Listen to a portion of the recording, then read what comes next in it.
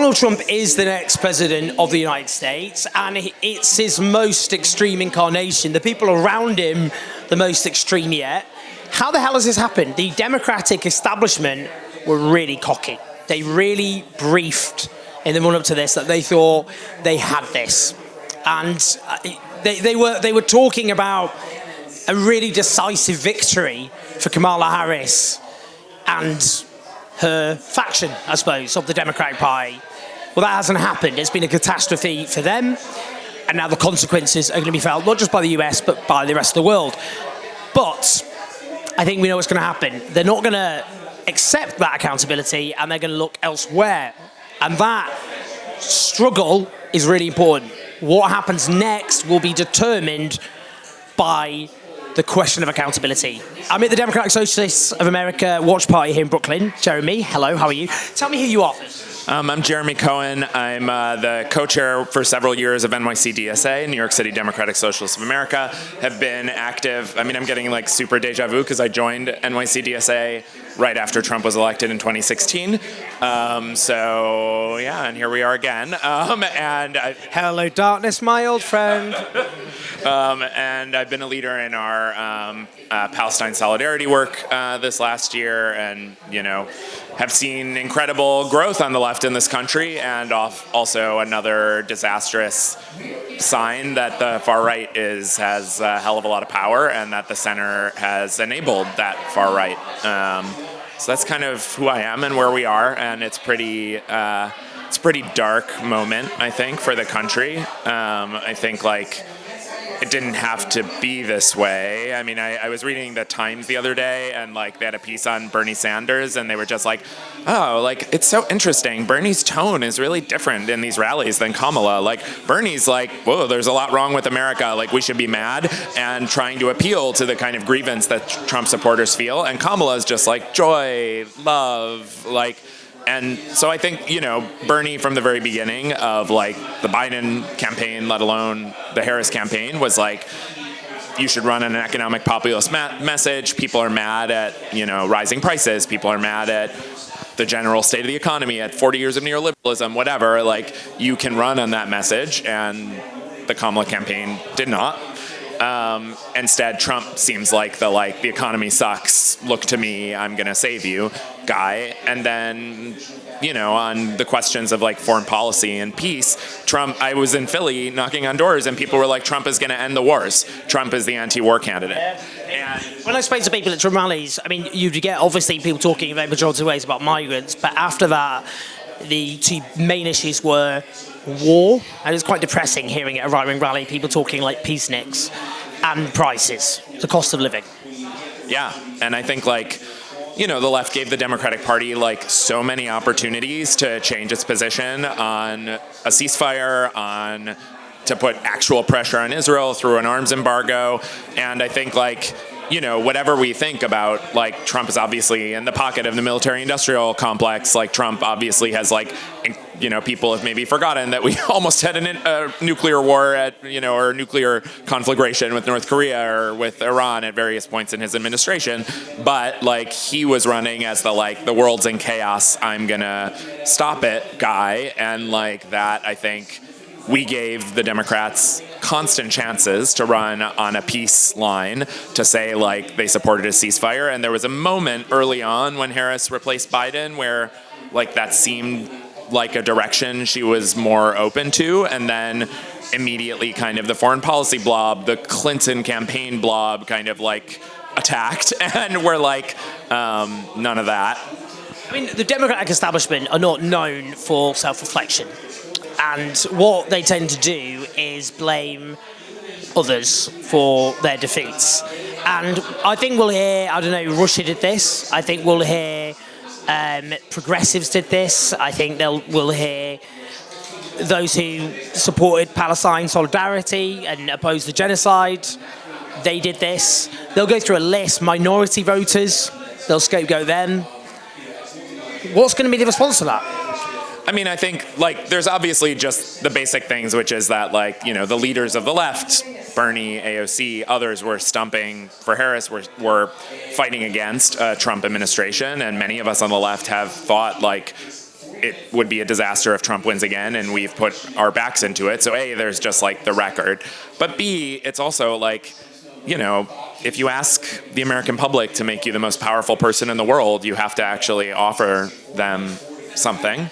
What was her message? Sum up her message. What was her message? I mean, I honestly could not totally tell when I was in Philly. Like, it was very, I mean, again, she was trying to channel the whole Obama thing. It was like hopey, changey, progress, let's see a new tomorrow, like that kind of stuff. I mean, the one thing I heard at doors, people being like, oh, I'm really for this. I mean, again, her message was ultimately, I'm not Trump. And then there was like a little bit of like, oh, $25,000 for first-time homeowners. That's a good thing. Nobody can get a house in this economy. People can't afford it. So like, that's a thing I like. But besides that, it was super vague. I thought like at the beginning of her campaign, there was a moment where it seemed like, again, she was going to take that more economic populist cast where like, you know, her answer to like, why are grocery prices high was like, it's grocery monopolists and we're going to do, you know, breaking up the big grocery stores and we're going to do some kind of price controls and whatever. We're going to like attack the rich who are benefiting and that's why your prices are so high. It's not Biden plus immigrants, which is Trump's like kind of explanation for why things are tough, but instead it's, you know, the big companies. So there was that moment at the beginning of her campaign where I think that was like in the air, and then like the New York Times and all the economic establishment came out and were like, well, inflation is very complicated and it's not quite the price fixing, blah, blah, blah. And, you know, and the Wall Street Journal denounces any sort of price controls as like, this would cause bread lines. And the campaign really backed off of that as like any sort of message. And so literally they just like didn't have much of a message around, as far as I could tell, around what they were going to do about prices, what they were going to do about the cost of living. I mean, again, they tried to say like Trump will make it worse was the argument, which may well be true. Like it's not wrong that his like tariff plan, et cetera, would probably raise prices more. And so like that's not itself false, but it's not like enough to offer people as an explanation of like what the fuck has been going on in this country for the last 4 years. And when, you know, eggs are $6, which I know means nothing to you as a Brit, but like that's a lot. I mean, just the other thing I want to ask about, because you've been very active in the struggle against US complicity, well, facilitation of Israel's genocide. The Democratic establishment will go, well, that's not why we lost. You know, we can point to Dearborn, where I went to, Michigan, where, you know, Muslim Americans, Palestinian Americans were just beyond traumatized and angered by the Democratic Party facilitating a genocide. And we can see there how Kamala Harris's support collapsed. But they'll try and say this wasn't a factor, this wasn't a factor. What would you respond? How would you respond to that? I mean, I think like, you know, yeah, they sort of rely on this like, oh, well, if you rate, you know, if you ask people what their voting priorities are, they say the economy is number one and, you know, foreign policy is number 6 or whatever. And so, you know, blah, blah, blah. They rely on like this polling stuff. But I think what you're talking about are like the intense, for many people, like emotional and personal realities of either having family directly murdered or, you know, waking up every day to see massacres on their social media feed, which, you know, my students, for instance, who like, you know, have founded SJP, Students for Justice in Palestine, on their campus, like that's a lot of the activism for them isn't necessarily the personal connection, but they're just like, I see every day like massacres happening on my phone and feel like I need to do something about it.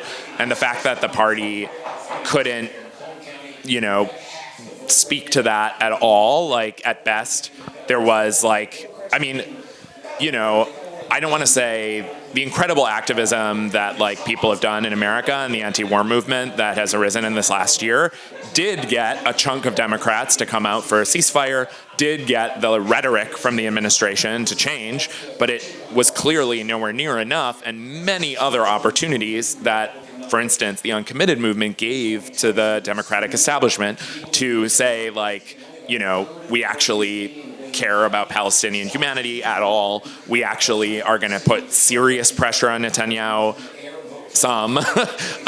None of that came to pass, and they ultimately chose, you know, they ultimately believed that the pressure that they were getting from the Israel lobby, from, the military-industrial complex, from Christian nationalists and Christian Zionists, like that pressure mattered to them more, or they chose to buck to that pressure more than the pressure from Arab and Muslim voters, from the left, from young people. I mean, just on that, I do think what's going to happen, and I'll see what you think about this, is a lot of those Democratic centrists who weren't speaking out about what's happening, now Trump's in charge, they're going to change their tune, and they'll suddenly start talking, and they'll treat it as almost a partisan issue, because that'll be Trump's war.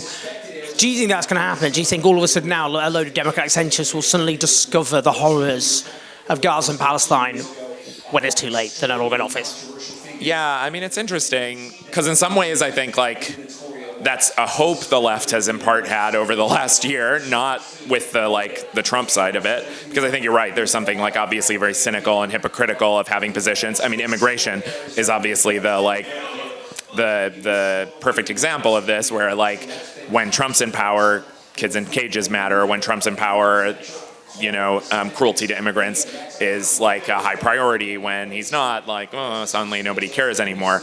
I do think like the future of American politics, I mean, like so many things, actually the base of the Democratic Party is significantly to the left of the establishment and of the people in power. And so I do think like there's a significant part of the Democratic Party that has for this whole genocide has wanted the U.S. to have to seriously pursue a ceasefire, to have a much harder line with Israel and get Israel in line.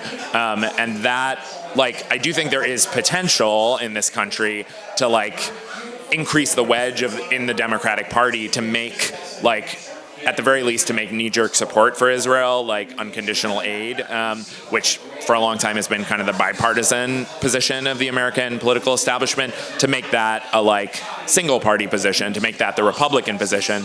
So I do think in the midst of devastating returns, in some ways, I do think that the American anti-war movement has to take advantage of that moment and push really hard for both people to take moral positions or to say publicly they're for an arms embargo, but also to renounce AIPAC funding, to the main pro-Israel lobby here. Exactly. Yeah. Sorry. The American Israel Political Action Committee. And so basically I think trying to make AIPAC money, Israel lobby money, equivalent to what the National Rifle Association money is in the U.S., which is this sort of far-right, coded, partisan issue. I do think that is the work the American left is going to have to do, but we are going to have to deal with highly cynical politicians who I think exactly like you're saying are when it actually mattered to take a position, didn't do it. Just very finally, a lot of people in the US now are going to feel very despondent. Including the sorts of people who would naturally want to come to the US left, but they're going to feel crushed, demoralised, scared. What's your message to those people? How would you bring a lot of those people, maybe they're already active, but maybe a lot of them aren't, and you want to win them over, you want to mobilise them, but right now they think there's just darkness ahead of them and they can't see any light. What's the hope? I think the greatest source of hope is that it's a long game, basically, that change doesn't happen overnight. And I read a lot about the history of the left. I'm a student of the history of the left, and part of me is hey, if I'm not in Siberia, I'm okay. Leftists have actually, we go through some low ebbs. We've had some low ebbs. and I've been jailed many times this last year standing up for Palestine, but not jail, the civil rights movement was in jail. And the thing is, actually, a friend of mine was Doug Henwood, you might know, the left journalist. He was telling me recently about an interview with David Koch in, I think it was the 70s, where someone was asking him, well, you want to change America on abortion, you want to change America on progressive taxation, and I'm that's not going to happen. And he was it's a 40-year project. And I think similarly, I was thinking this evening about the civil rights movement, however exactly you want to date it. Say you start it with the founding of the NAACP in 1909, 1909 to the passing of the Voting Rights Act in 1964, that's a 50-plus year project. We were not, being people who care about change, we live in an unequal world. We live in a world with intense concentrated power. we can't, nobody promised us that change would be easy, and nobody promised us that it would come in a day. And so I think that as despondent as others are feeling, as I'm feeling in this moment, we have to remember that the power to change the world requires persistence. It requires focus. It is full of setbacks, and it oftentimes ends up succeeding if people stick with it. Don't mourn, organised message there from Jeremy.